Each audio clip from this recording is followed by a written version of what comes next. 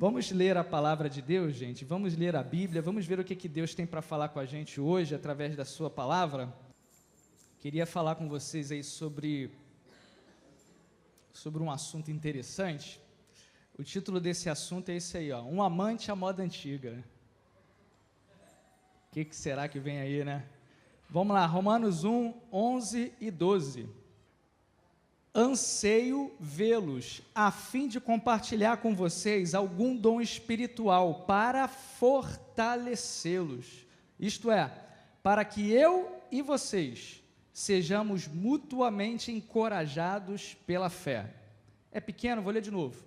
Anseio vê-los, a fim de compartilhar com vocês algum dom espiritual para fortalecê-los. Isto é, para que eu e vocês sejamos mutuamente encorajados pela fé. Esse texto aqui, esse livro aqui, foi escrito por Paulo. Paulo era um missionário. Se hoje nós conhecemos o Evangelho, é por causa de Paulo. Paulo recebeu o desafio de Deus e cumpriu esse desafio. Ele pregou o Evangelho, levou o Evangelho para fora de Jerusalém. Então ele fez várias viagens missionárias. Provavelmente, esse livro aqui de Romanos, ele escreveu esse livro em Corinto, quando ele estava na sua terceira viagem missionária. Ele estava arrecadando ofertas, valores para os crentes pobres de Jerusalém, na sua terceira viagem, pregando o Evangelho e tal. Ele para ali em Corinto e ele escreve sobre essa igreja de Roma. Não era a primeira igreja batista de Roma. Igreja naquela época não era um templo, não era um lugar, eram as pessoas. Então, ele ouviu falar daquele povo, possivelmente, e ele resolve escrever essa carta. A pergunta é, como que Paulo ouve falar e ele não conhecia essa igreja? Porque até então, quando você lê o livro de Romanos, você identifica que ele não tinha estado lá. O desejo dele era estar lá, por isso que a gente lê o texto aqui que fala isso. Mas ele ainda não tinha estado lá. Mas, Michel, como que pode, se Paulo era um missionário, ele pregava, ele falou lá, que iria naquele lugar, que ele nunca tinha ido, e como que já existia igreja lá? Existem duas teorias, as principais. Uma delas é que foi o apóstolo Pedro que fundou essa igreja lá. É uma das teorias. Só que não é muito bem aceita. A teoria um pouquinho mais aceita é a seguinte: assim que Jesus sobe aos céus, aconteceu a descida do Espírito Santo, lembra? No dia de Pentecostes. E naquela festa, que na verdade Pentecostes era festa, no dia daquela festa lá, tinha muito judeu estrangeiro ali, em Jerusalém, porque todo mundo vinha para comemorar a festa. Possivelmente tinha muita gente lá da Itália, de Roma. Então, há uma teoria muito forte que acredita que esses judeus ouviram e viram aquelas maravilhas do dia de Pentecostes, que o pessoal começa a pregar, os apóstolos e os discípulos começam a pregar na língua, que as pessoas conseguem entender, estando fora dos seus países, e eles levam essa experiência sobrenatural para onde? Lá para Roma. E lá começam uma pequena comunidade cristã.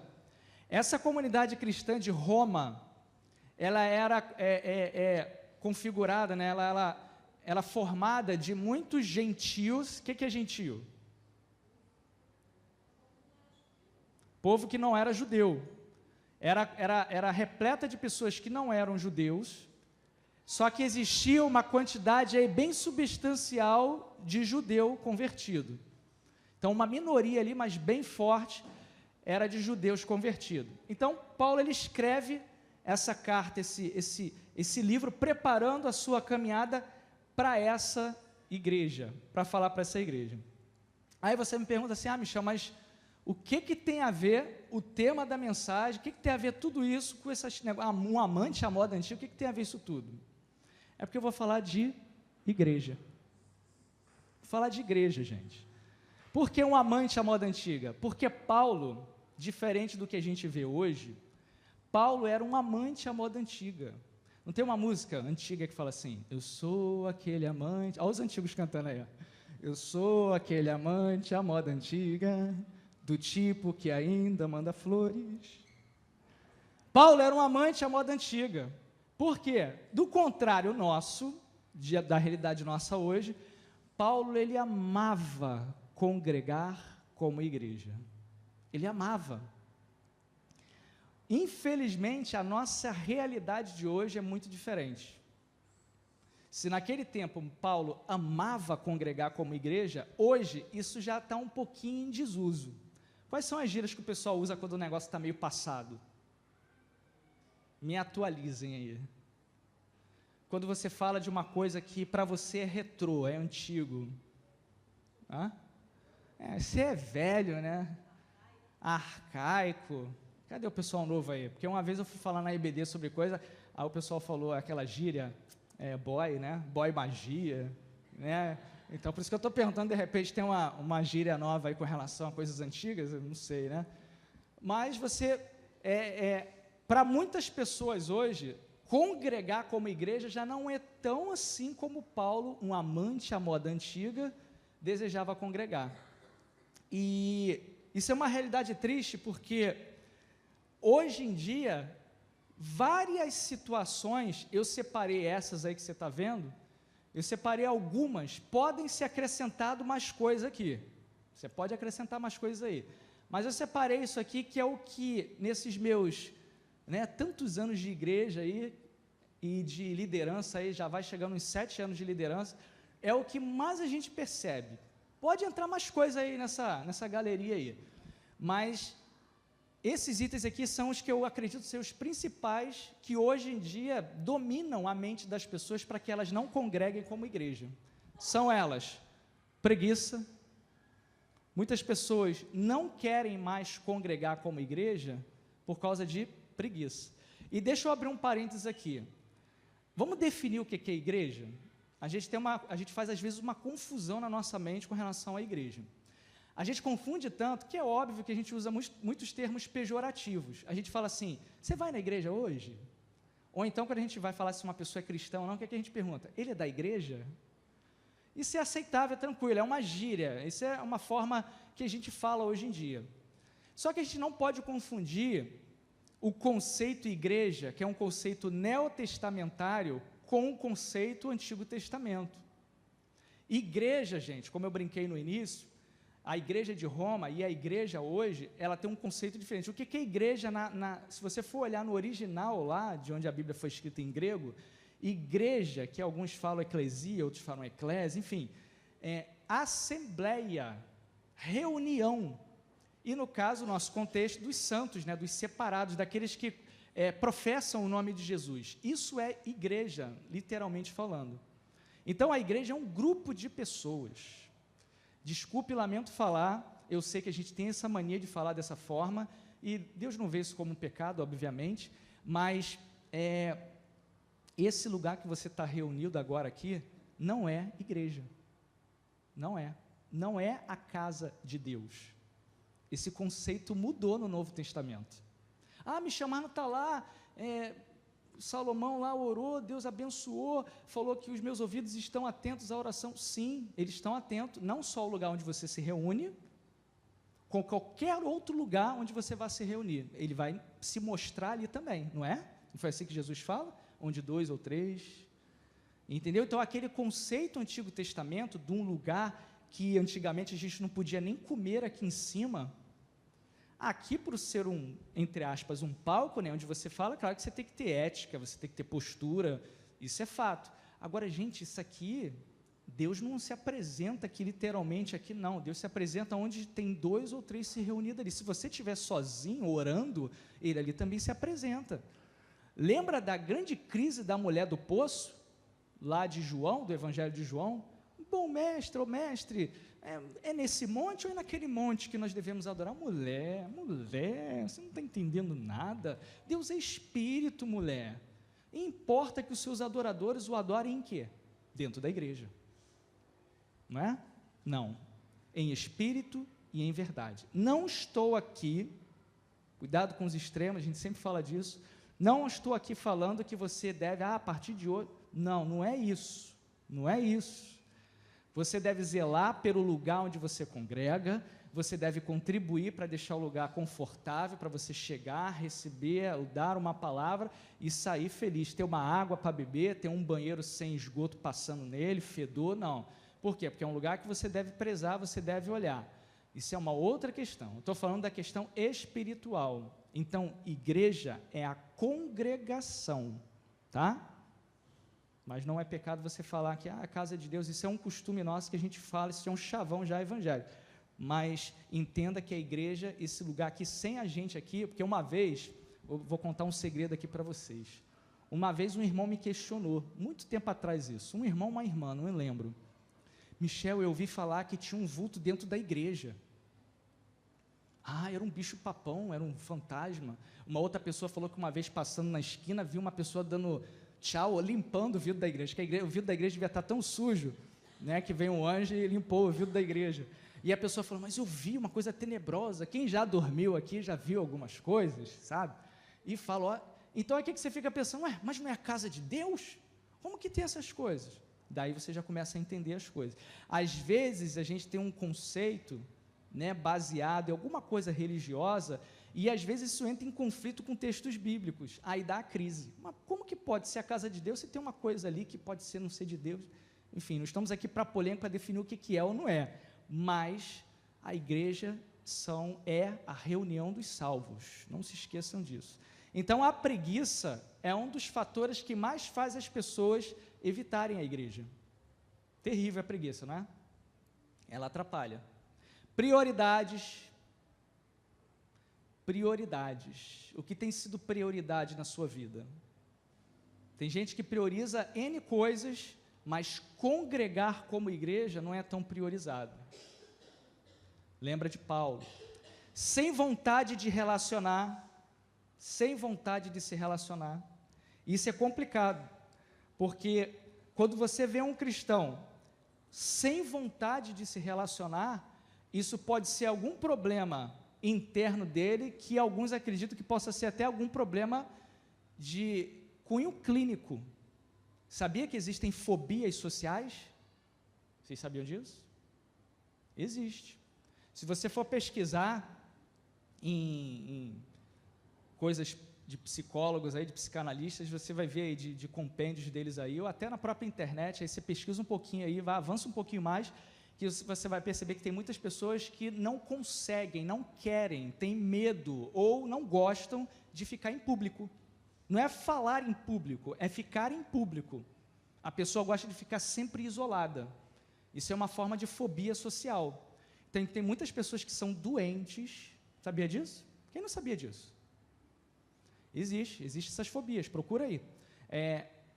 Que atrapalha a pessoa de congregar como igreja. Então tem muita gente que fala assim, mas por que você... Isso são casos específicos, tá, gente?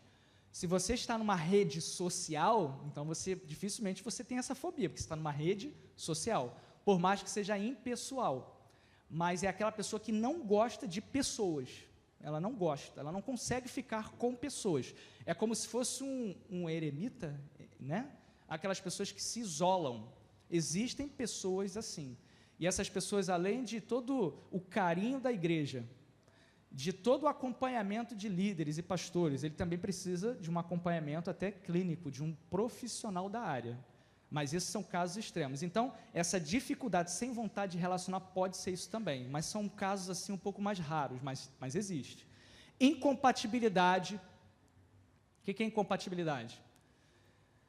Tem pessoas que não gostam de congregar, de ser igreja, por quê? Porque elas não admitem a possibilidade de ter alguém perto dela, que ela tem que trabalhar, que seja diferente dela. Tem gente que tem essa dificuldade. A pessoa não é igual a mim, então eu não quero ficar junto dela. Isso é errado. Não é por aí. Se fosse assim, não existia igreja. Todo mundo aqui gosta de verde? Quem gosta de verde aqui, levanta a mão. Qual é a sua cor preferida? Oi? Verde, vermelho, azul, lilás.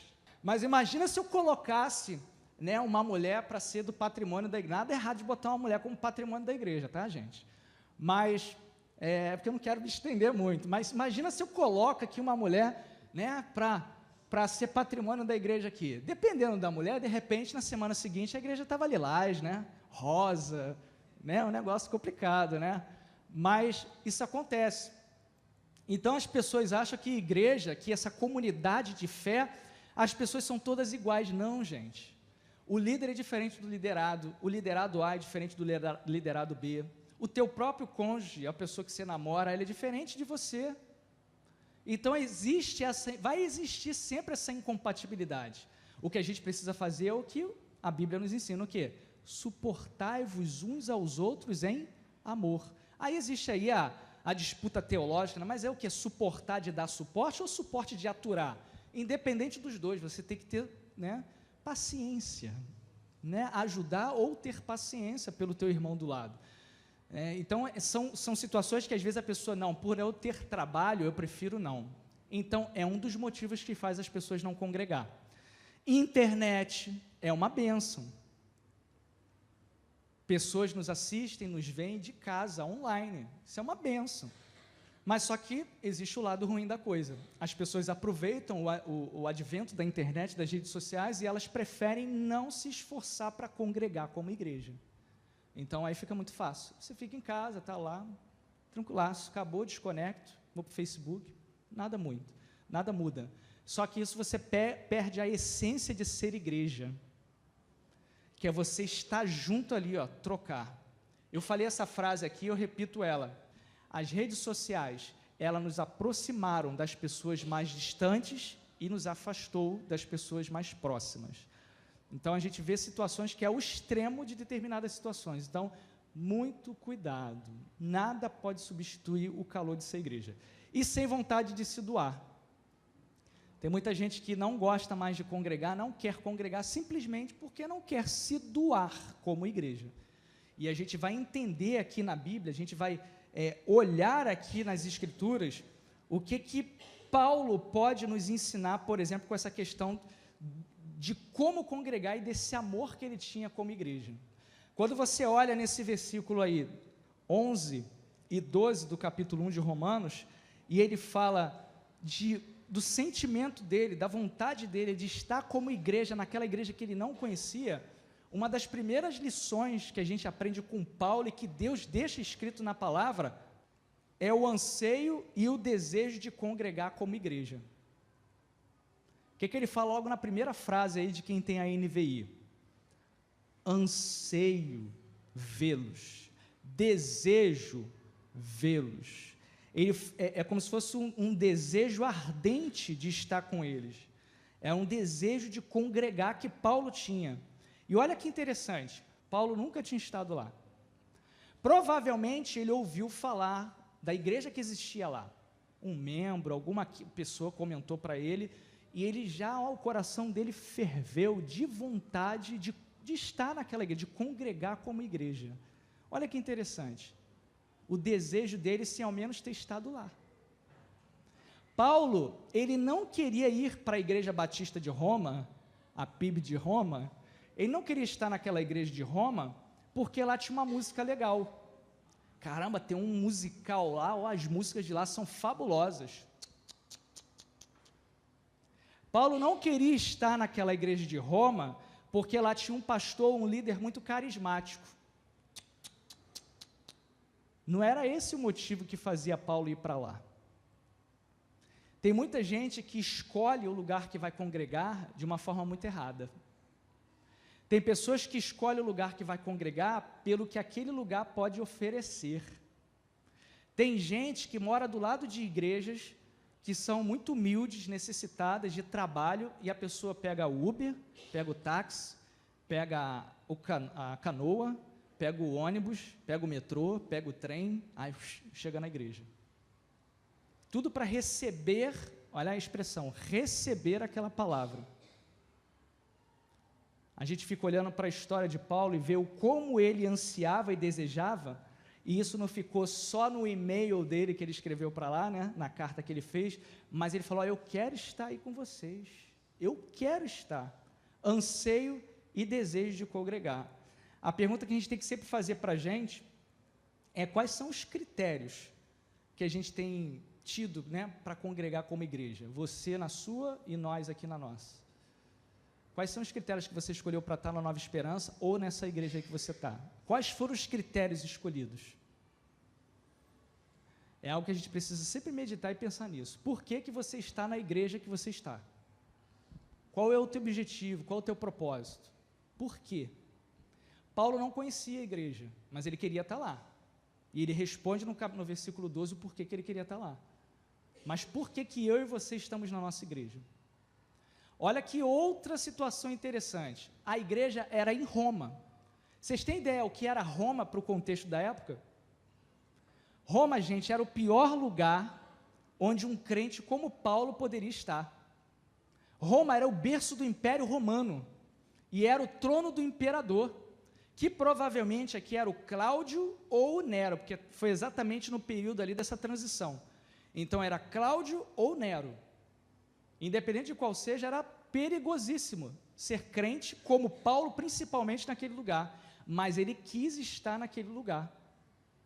Eu brincava quarta-feira um outro culto, e eu falava o seguinte, eu até brinquei isso com a Daniele também, Daniele, hoje, pela graça e misericórdia de Deus, hoje, eu tenho autoridade para falar, porque eu já estou nessa igreja aqui já há mais de 32 anos, há 32 anos de Nova Esperança que eu tenho aqui, desde 1985, que eu frequento essa igreja, então eu tenho autoridade para falar. Muitos já passaram por aqui e deixaram de forma positiva a sua marca, líderes e membros.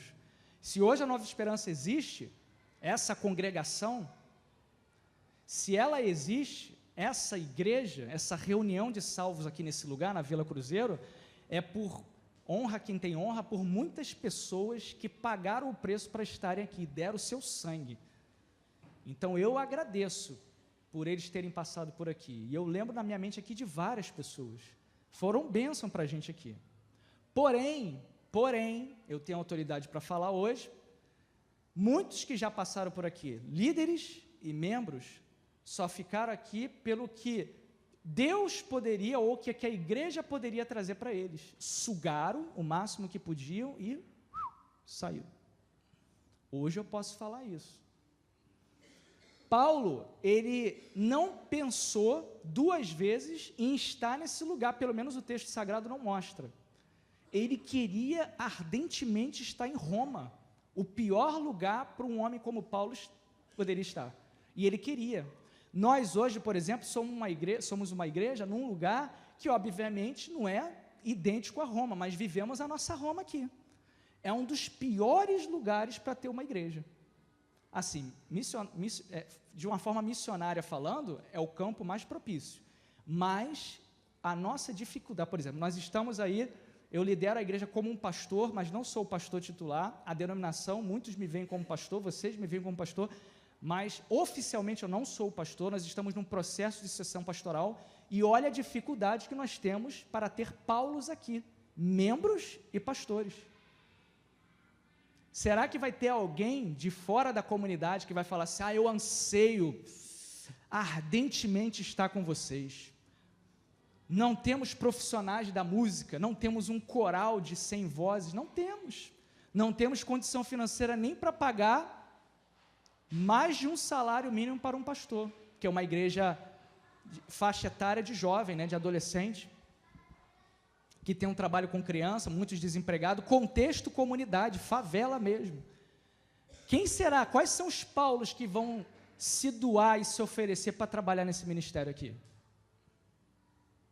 É uma carência muito enorme. Eu, como líder, eu digo isso, há uma dificuldade enorme. Quem será que vai pagar o preço de estar aqui 7 anos? Eu não tenho nada contra remunerar líder, não tenho nada contra, foi uma escolha minha, é bíblico, você pode remunerar, não há nada de errado nisso. Mas quantos será que aceitariam trabalhar aqui como líderes há 7 anos sem ganhar um centavo, trabalhando de horário integral? Eu, por exemplo, não tenho trabalho neste momento, só estudo. Quem será que pagaria esse preço? Paulo, ele de uma forma voluntária, ele queria estar lá. A realidade da igreja de Cristo hoje é muito diferente, por isso que eu botei aqui, o que podemos aprender com Paulo a respeito de ser igreja? E um dos primeiros princípios que ele nos ensina é esse desejo. Ele era um amante à moda antiga, ele amava congregar como igreja. Eu não sei o que ele ouviu falar dessa igreja, mas ele queria estar naquela igreja lá. Pergunta que nós fazemos agora, quais foram os critérios que você usou para escolher o local em que você congrega? Uma dica que eu dou é amor a Deus e a sua obra.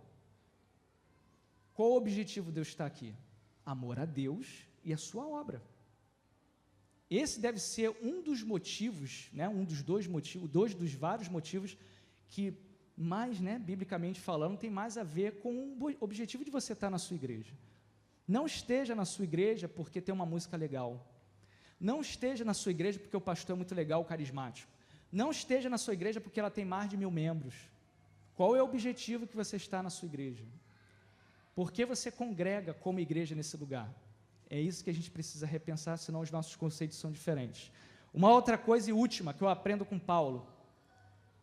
Paulo, ele queria compartilhar algo muito especial com eles. Compartilhar. Versículo 11, né, que é o 12, ele completa o 11. Anseio vê-los a fim de compartilhar com vocês o que, gente?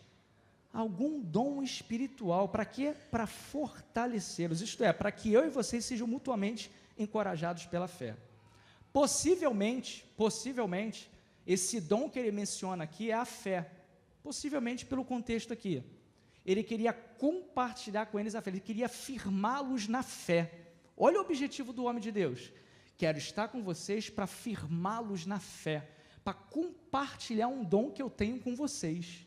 Olha que lição maravilhosa. Compartilhar.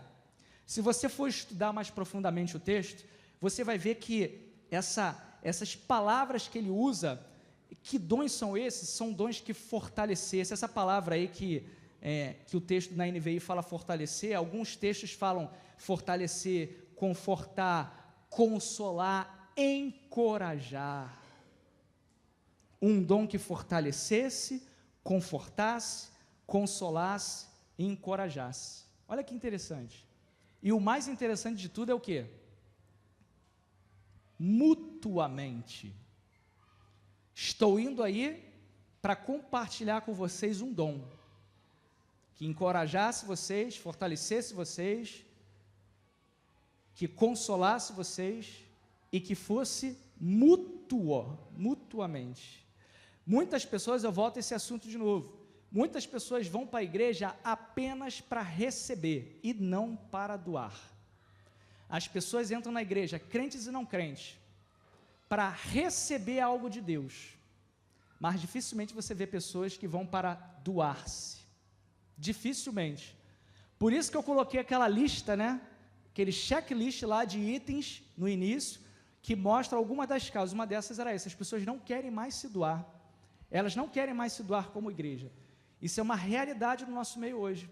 De repente, quando eu pergunto assim, o que fez você vir nessa igreja aqui? De repente você pensou, porque eu quero receber, ganhar, obter. Mas poucos são os que se doam. Aí eu pergunto para você, qual é o teu dom? O que Deus te deu? Não precisa responder. Qual é o teu dom? O que Deus te deu? Qual é a tua capacitação? O que é dom? É um favor não merecido, é algo que Deus te dá para quê? Para a edificação da igreja, do corpo de Cristo. O dom não é uma edumentária, né? Não é um roupão, misticamente falando, para você se expor e falar assim, né? Olha, tá vendo? Eu tenho este dom, olha, glórias a mim, louvado seja o meu nome, olha aqui o que eu posso fazer, olha aqui as minhas capacitações, foca em mim, mostra aqui a minha cara. Não é para isso que Deus te deu um dom. Deus te deu um dom para você edificar o corpo dele, edificar a igreja. E ele pode mudar esse dom quando ele quiser, porque ele é o Senhor da igreja.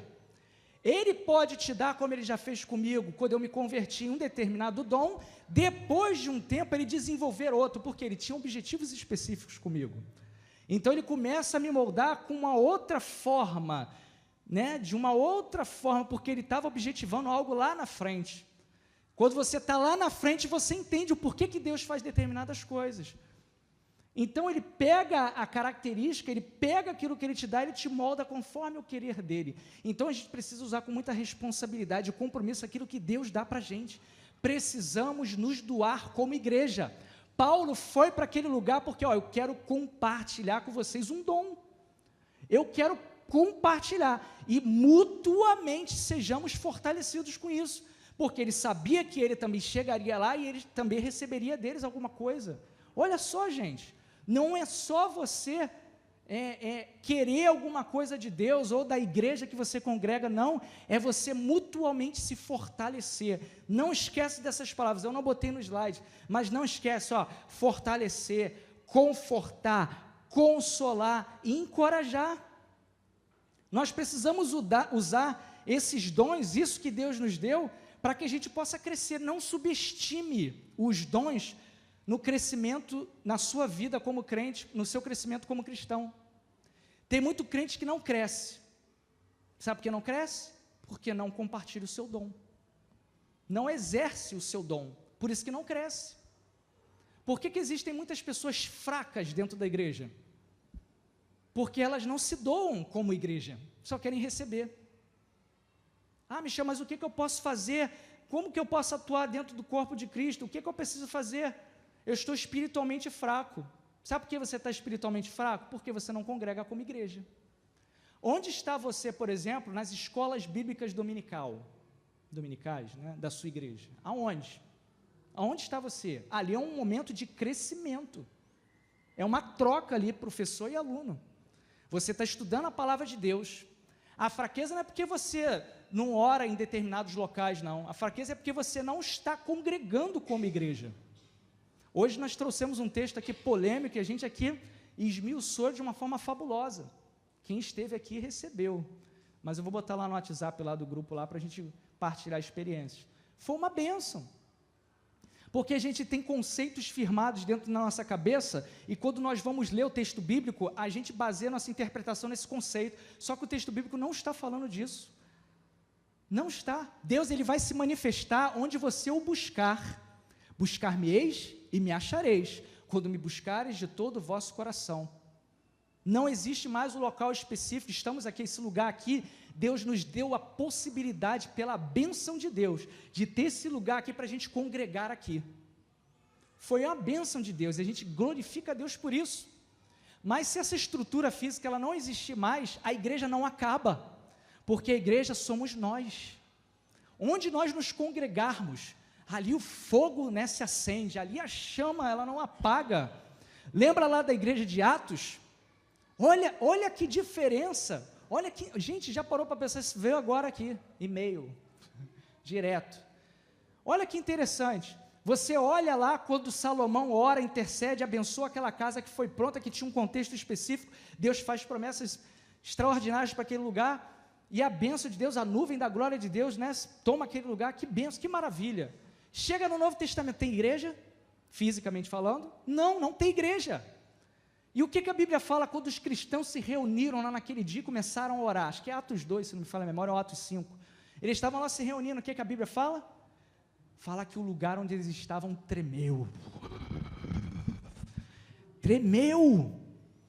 Porque existia um povo que estava ali buscando a presença de Deus, era uma casa, não era uma igreja, era um lugar onde eles se reuniram. E eles começaram a clamar, Deus nos dê poder, nos dê autoridade para pregar, esteja com teu povo, Senhor. E a resposta de Deus foi o lugar tremer. E você vê o que aconteceu depois daquele momento ali. Os discípulos medrosos, Pedro, o mais medroso de todos, negou a Jesus 3 vezes, mas teve uma transformação depois da ressurreição de Cristo.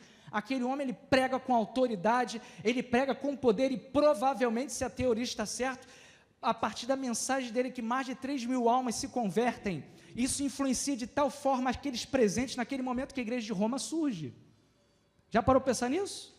O poder de Deus foi tão grande que aquilo influenciou as pessoas que estavam ali, elas vão para a sua terra, e ali começa uma nova congregação, uma nova eclesia, ou eclésia, uma nova igreja de Cristo surge lá, na boca do diabo, lá, tipo a Vila Cruzeiro, aqui, no lugar mais perigoso, onde ninguém quer vir, eu vou fincar uma igreja aqui, e eles se reúnem ali. E agora Paulo está indo lá para compartilhar um dom que os fortaleça.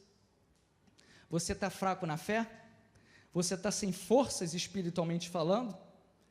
Certamente você não está congregando como você deveria. Onde está você, por exemplo, nas reuniões de oração da tua igreja? Onde está vocês, por exemplo, nas reuniões de cultos noturnos, ou você só é aquele do culto noturno, só vai no culto noturno, só para receber, porque lá o pessoal do louvor está lá, bonitinho, cheirosinho, com a roupinha bonita, né? Está todo mundo de gel no cabelo, né? Dá uma escovada no cabelo, dá uma melhorada, assim, né? Bota um batonzinho. Domingo de manhã não, tem que acordar cedo, chove. Eu tenho N coisas para fazer, não dá. E aí, o que vai acontecendo? Aos poucos... Gente, experiência de quem convive no âmbito de igreja há mais de 34 anos. Eu vi muita coisa acontecer, já aconteceu comigo. Quanto mais você se afasta de congregar como igreja, quanto mais você se distancia da congregação como igreja, mais você vai enfraquecendo na sua fé. Quando a pessoa fala assim, eu não estou indo à igreja, porque eu estou muito fraco e desanimado na fé. É a mesma coisa se eu quero tomar remédio porque eu estou doente. Tem sentido isso? Não vou tomar remédio porque eu estou doente, poxa. Mas por que você não vai tomar o remédio? Porque eu estou doente.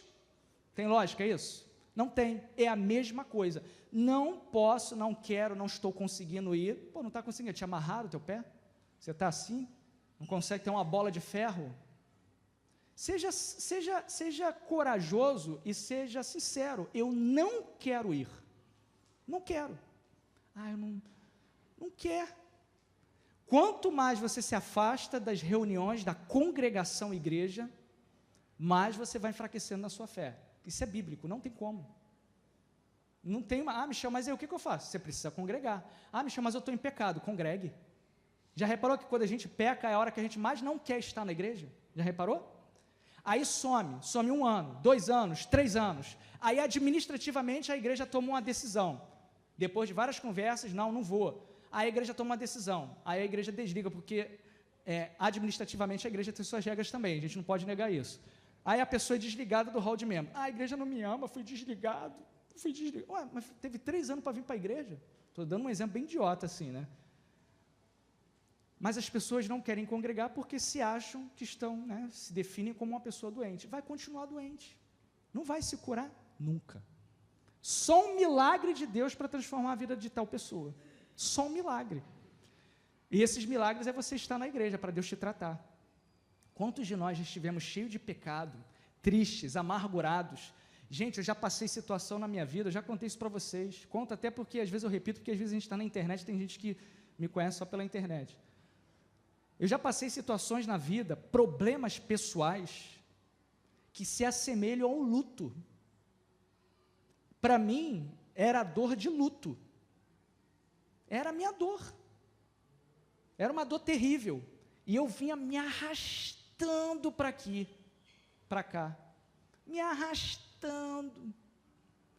Falei, mas eu não quero ir. Mas eu tinha que ir. Deus usou homens e mulheres de Deus. Michel, orei por você, Michel, Deus falou alguma coisa comigo, tal. E igreja, fortalecendo mutuamente. Se eu estivesse enclausurado na minha casa, eu não seria fortalecido. Fui fortalecido por quê? Porque a igreja exerceu o seu papel. Esse é o papel da igreja.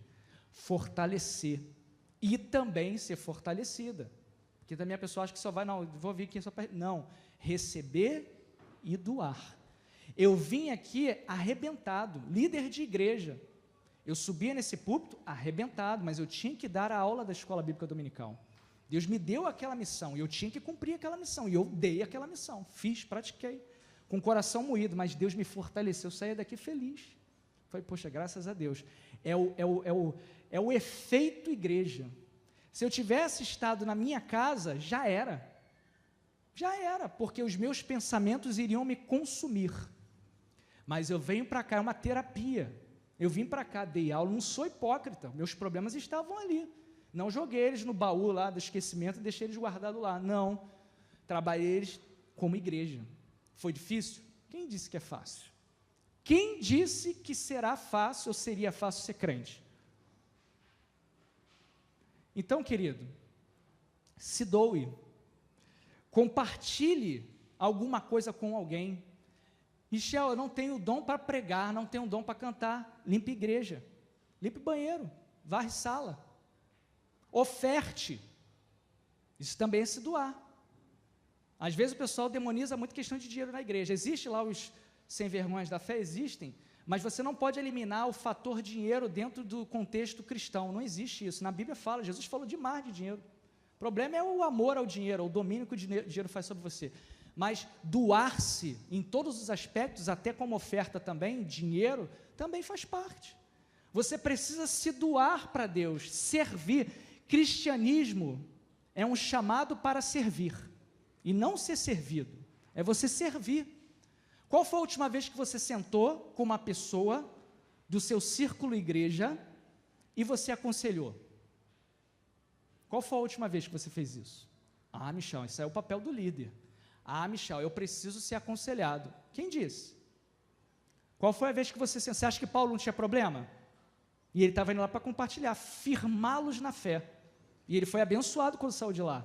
Qual foi a última vez que você sentou do lado de uma pessoa e conversou com ela? Poxa, eu queria aqui te dar um conselho. E aí? Isso para todos, adolescente, jovem e adulto. Porque às vezes o adulto acha que só ele tem que fazer. E o adolescente acha que só o adulto precisa fazer com ele. Não. Adolescente, qual foi a última vez? Você que é membro, cristão, qual foi a última vez que você sentou com uma outra pessoa e aconselhou? Fala, poxa, olha só, não é por aí não. Vamos conversar aqui. Deixa eu ser igreja com você. Qual foi a última vez? É muito difícil, né, gente? É por isso que a igreja de Cristo está desse jeito. A gente precisa trabalhar isso dentro da gente. A gente precisa melhorar o nosso ser igreja. É olhar esses homens da Bíblia como Paulo e aprender com eles. Exerça o teu dom. Não é possível, não existe um crente sem um dom. Você tem um dom. Você tem. Use esse dom para que você fortaleça a sua fé e aqueles que te ouvem. Se você se calar, das duas uma, ou aquela pessoa não vai ser abençoada pela tua palavra, ou você não vai ser fortalecido também. Não vai. Eu estou aqui, estou me doando. Hoje dobradinha de novo, né? De manhã e de noite. Estamos aqui se doando, mas eu também sou abençoado. Por quê? Porque eu preciso ler, preciso estudar, preciso relembrar coisas. Então, trazer à memória aquilo que me dá esperança, eu tenho que me dedicar. A gente tem que parar com esse conceito grego que a gente falou aqui durante um ano, de uma vida cristã solitária, uma vida cristã individualista. Não, igreja é comunidade, igreja é congregação, igreja é trabalho em conjunto. Não tem como tirar isso, é essência. Até a própria Trindade fala, exemplifica isso, tipifica isso, uma comunidade. O povo de Deus, o povo hebreu, de onde a Bíblia veio, é um contexto tribal, comunidade. O conceito grego que veio com Alexandre Grande e espalhou-se por toda a terra, principalmente pelo Ocidente, ele entra dentro da igreja de uma forma em que a gente é muito individualista. Nós não podemos pensar só em nós mesmos, nós temos que pensar no contexto igreja, no nosso próximo. Temos que trabalhar mutuamente. Temos que chegar e falar assim, o que eu preciso fazer para essa comunidade crescer nesse lugar? O que eu preciso fazer para que isso seja diferente? A gente fica procurando igrejas pelos motivos errados, nós nos tornamos membros pelo motivo errado e nós reclamamos de Deus exatamente porque estamos errados. Muitas pessoas só buscam a Deus quando passam pelo problema, e eu me enquadro nisso aí, que muitas vezes eu busquei a Deus, é uma forma pedagógica de Deus trabalhar, mas tem gente que fica distante de Deus durante 10 anos, e há conselheiros, as pessoas dão as palavras, falam, poxa, olha só isso, você está distante, poxa, e aqui não quero saber, não quero Deus, aí vem a tempestade, aí a pessoa entra em parafusos, ela fica desesperada. Por quê? Porque ela não tem base, ela não tem sustento, ela não soube ser igreja durante tanto tempo, então agora ela não tem forças para resistir à tempestade, ela não conhece o Evangelho, ela não sabe que o crente vive problemas, ela não sabe que mesmo que seu pai te abandone, mesmo que a sua esposa te abandone, mesmo que a sua mãe que te amamenta te abandone, Deus não vai te abandonar, nunca, jamais. Não esteja na igreja por causa do A, por causa do B. Há muito tempo atrás, a minha esposa, a Daniele, quis sair dessa igreja por um motivo X, há muito tempo atrás. Eu falei, você quer sair? Deus te abençoe. Eu permaneço lá, porque Deus me quer ali. Eu não saio por causa de cônjuge.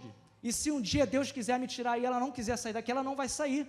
Porque diante de Deus, um dia eu chegarei lá, e Deus não vai querer saber assim, vem cá, por que você saiu daquilo que eu mandei você ficar lá? Foi por que você saiu? Ah, mas porque meu esposo saiu, a minha esposa saiu. Não, a salvação ela é individual, prestaremos contas de forma individual, e não em conjunto, aí a comunidade acaba, diante de Deus é individual. Estaremos diante dele, e ele vai requerer das nossas mãos o que nós fizemos com aquilo que ele nos deu, o nosso dom. Se a esposa não quer estar se sustentando no marido, se o namorado não quer estar sustentando na namorada, não pode ser feito nada, vai fazer o quê? A salvação é individual. Por que você está congregando na tua igreja hoje? É por causa do seu parceiro? Parceiro que eu digo é o namorado, é o esposo, é a esposa. É por causa da pessoa, da A ou da B, porque o Michel está aqui na frente, é porque o pastor X está lá na igreja? Por que será? Se é por causa do A e do B, você está pelo motivo errado e provavelmente a sua fé não vai estar muito fincada na rocha, porque se a sua fé está fincada em pessoas, é a areia. E se é a areia, quando vier a tempestade, o que vai acontecer? Quando vier a onda, quando vier a maré alta, o que vai acontecer? Você vai se afastar. Isso é notório na igreja de Jesus hoje em dia. Isso é notório, é uma realidade, a gente vive isso.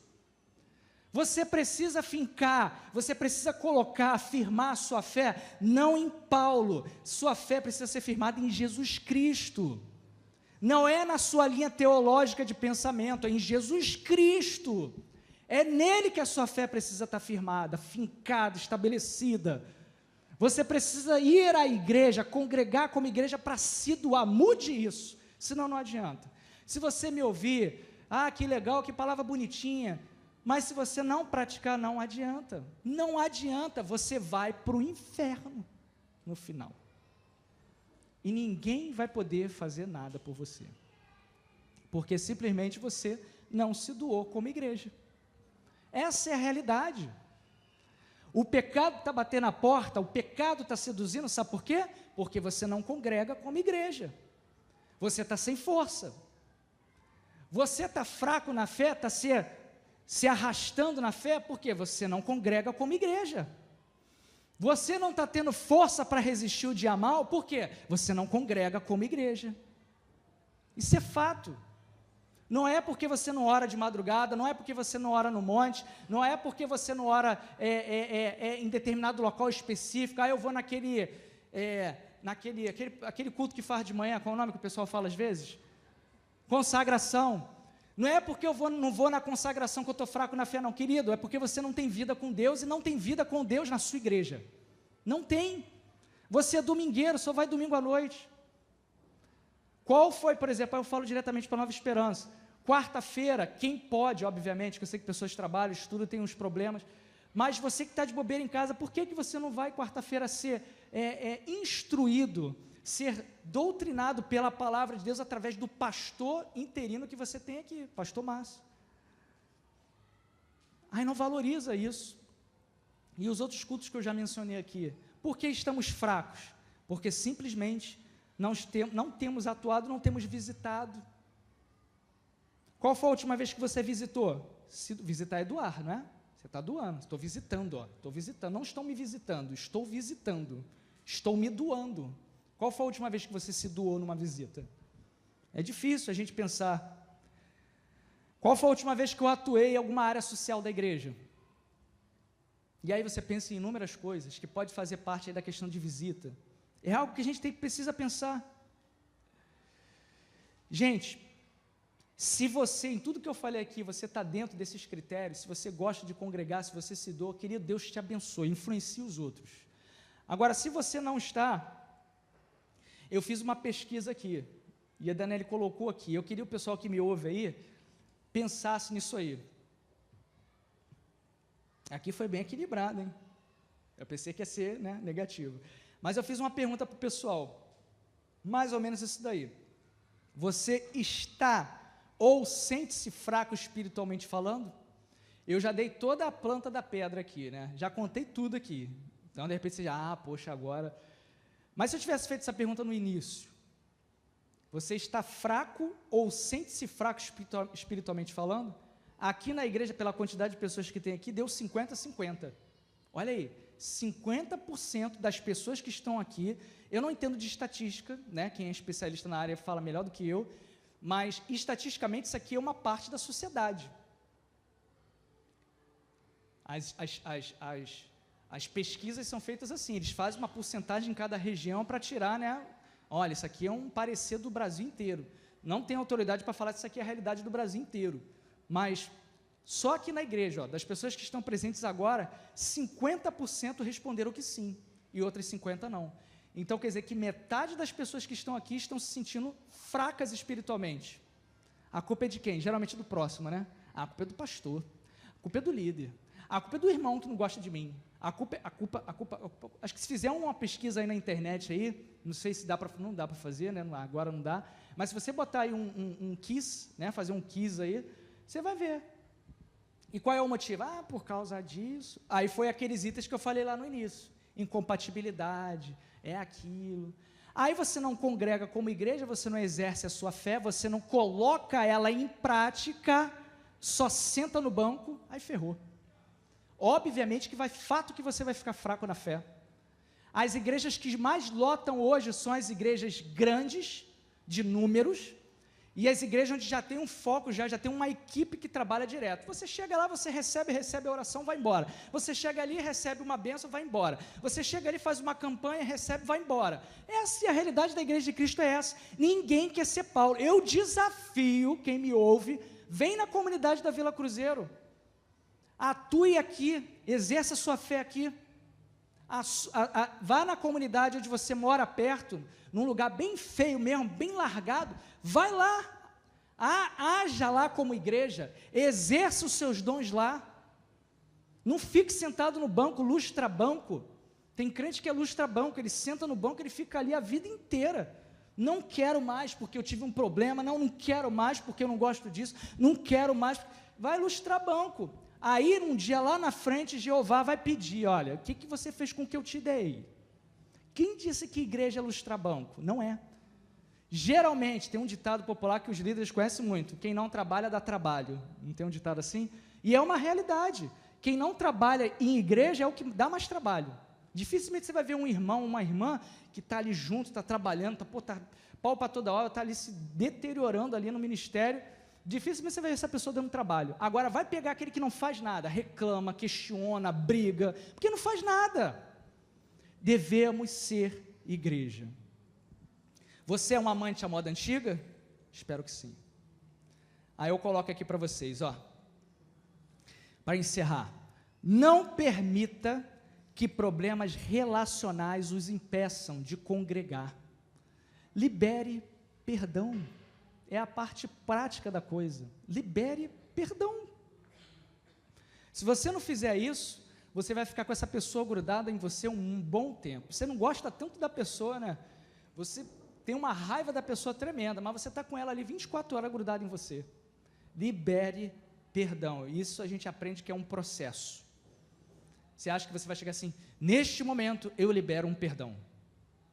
Ué, cadê? Ainda está aqui dentro. É óbvio que é um processo.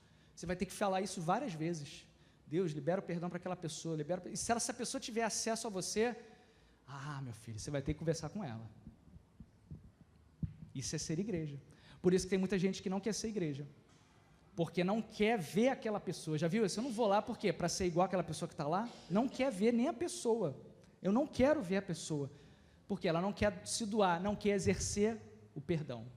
Isso é complicado. Você vai se atolar cada vez mais. Não permita, e olha que eu estou dizendo aqui, estou dando conselhos aqui para você crescer, para você deixar de ser fraco na fé. Isso aqui são conselhos. Deixar de ser fraco na fé. Além de congregar como igreja, não deixe que esses problemas relacionais te impeçam. Não permita que afazeres em excesso o impeçam de congregar. Prioridade. Não permita. Divida o seu tempo. Divida o seu tempo, porque se você deixar aquilo ali é como se fosse um ferrugem, um câncer, ele vai aumentando, ele vai aumentando. Quer ver? Você que tem, passou por alguma dificuldade, de muita coisa para fazer, e começou a deixar de congregar, para pensar se não começou numa bobeirinha. Geralmente começa numa bobeirinha. Começa lá, e aquilo vai crescendo, crescendo, quando você vai ver, não tem mais prazer nenhum de congregar. Então, prioridade, reveja as suas prioridades enquanto a chama do Espírito Santo está dentro de você, porque quando essa chama se apagar, quando o Espírito se afastar, aí já era, só a misericórdia de Deus. Não permita que práticas pecaminosas o impeçam de congregar como igreja. Abandone essas práticas. Venha para a igreja e abandone essas práticas. É a música do André Valadão. Venha como você está, cheio de pecado. Mas quando você chegar aqui dentro e congregar como igreja, permita que o Senhor te molde conforme o querer dele. Porque você vem como você está, mas ele não quer deixar você como você está. Ele quer trabalhar você. Então, abandone as práticas do pecado.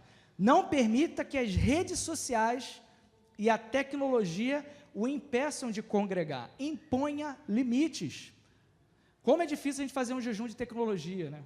Como é difícil. Mas a gente precisa impor limites a nós mesmos.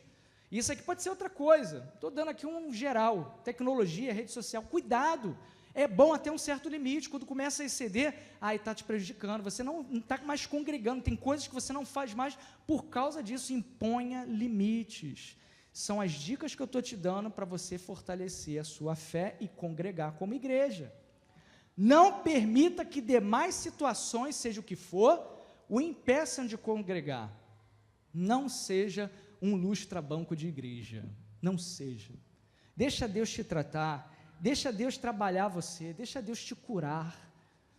Faça um propósito com Deus. Exerça mais. Olha, muita gente não está aqui. A realidade das igrejas é essa. As pessoas não querem mais se doar. Elas só querem receber. Não seja como essas pessoas. Seja como Paulo. Se doe. Compartilhe um dom específico com alguém. Visite alguém. Congregue como igreja. Exerça aquilo que Deus te deu na igreja. Abençoe e seja abençoado. Não vá lá só para ser abençoado. Abençoe. A minha igreja é muito grande, existe função para você lá também, existe, procura que tem. O problema é que a gente tem todos esses indícios aqui que eu falei para vocês, que atrapalham a gente de ser igreja. A gente não quer ter nenhum tipo de conflito com ninguém, por isso que a gente não quer ser igreja, quer só sentar, receber e ir embora. A gente quer que venha um milagre do céu e transforme a nossa vida. Querido, é ação, você precisa agir. E eu não quero aqui cair na questão teológica, né? Mas você precisa agir. Por que você não muda? Já parou para pensar por que você não muda? Já parou para pensar como você está orando e nada muda? Já parou para pensar nisso? Quais são as suas frequências em congregação como igreja, congregar como igreja? Você veja que eu nunca estou falando assim, quantas vezes você vem para a igreja, eu não falo isso, porque tem gente que vem para a igreja e não congrega, sabia que tem essa diferença? Por isso que eu não uso esse termo, porque tem muita gente que é da igreja, tem muita gente que vem para a igreja, mas não é igreja. Por isso que eu estou falando, como tem sido a tua atitude como igreja? Como que você reage como igreja? E aí? E é aí que é o segredo. É aí que é o calcanhar de Aquiles. É aí que você precisa trabalhar. Ah, Michel, então vou fazer o meu momento de oração aqui, eu com Deus. Não vá para a igreja. Converse com o líder, converse com o pastor, o que eu posso ajudar? Olha, eu estou precisando, mas eu quero me doar também, eu tenho falhas nessa área, mas eu quero ajudar nessa área aqui, ó, eu sou bom nisso aqui, deixa Deus te tratar, você trabalhando, trabalhe, contexto bíblico é de trabalho, não de ociosidade. Você vê que Deus chamou várias pessoas na Bíblia, não foi? Deus chamou algum vagabundo? Você vê na Bíblia Deus chamando vagabundo, pessoa que não faz nada? Não, você está um exemplo só, tem vários. Gideão, ele estava o que lá? Trabalhando no trigo lá, não estava? Deus não chamou um vagabundo não, chamou uma pessoa que estava trabalhando. É assim, os discípulos de Jesus pescando. Jesus, ele trabalha, o contexto bíblico é trabalho, ficar meditando, pensando, isso é contexto grego. O contexto hebraico, que é de onde vem a sua Bíblia, e a doutrina no qual você professa, é de trabalho, é de exercer funções, é movimento. O próprio texto no original, em várias expressões, No hebraico, por exemplo, você vê, a gente aprendeu isso na EBD, várias expressões no hebraico, ela tem associações com coisas práticas, até as coisas abstratas são associadas a coisas práticas. Por quê? Porque a Bíblia, ela fala de atitude, de prática. Se você ficar sentado no banco, se você ficar só recebendo, você não vai mudar. Amém? Que Deus nos abençoe. Vamos orar?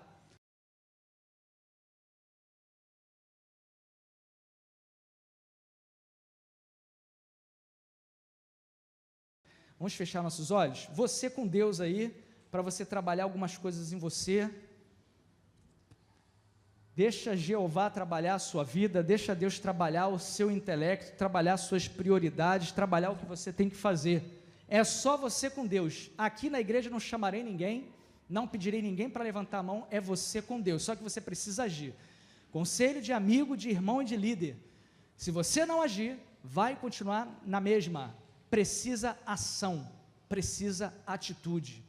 Honre ao teu Deus, valorize a tua congregação, a tua igreja, exerça aquilo que Deus te deu. Pai, te agradeço, Senhor, pela oportunidade, Senhor, de te adorar, de te servir, de exercer os nossos dons como igreja. Muito obrigado, Senhor, pela oportunidade que o Senhor nos dá. Obrigado, Deus, porque o Senhor nos permite ser igreja. O teu povo, a tua igreja, ela passa por uma crise horrível, como nunca houve. Muitas pessoas apagadas, como diz a irmã na semana passada, chamas apagadas, vasos emborcados, candeias com a chama apagada, e estão dentro da igreja, como diz uma música antiga, perdidos na casa do Pai. Deus, em nome de Jesus, mostra para essas pessoas a atitude que elas devem tomar. Levanta essas pessoas em nome de Jesus. Transforma, Pai, que nesse momento possa estar havendo confissão de pecados. Pai, que nesse momento possa estar havendo arrependimentos. Pai, em nome de Jesus, que a tua transformação seja uma realidade em cada coração nesse momento. Tanto os que estão aqui, quanto os que nos ouvem agora pela internet. É a nossa oração, Deus, por uma igreja melhor, uma noiva incorruptível, com suas vestes lavadas, remidas pelo sangue do Cordeiro, prontas para o chamado do grande noivo. É a nossa oração em nome de Jesus.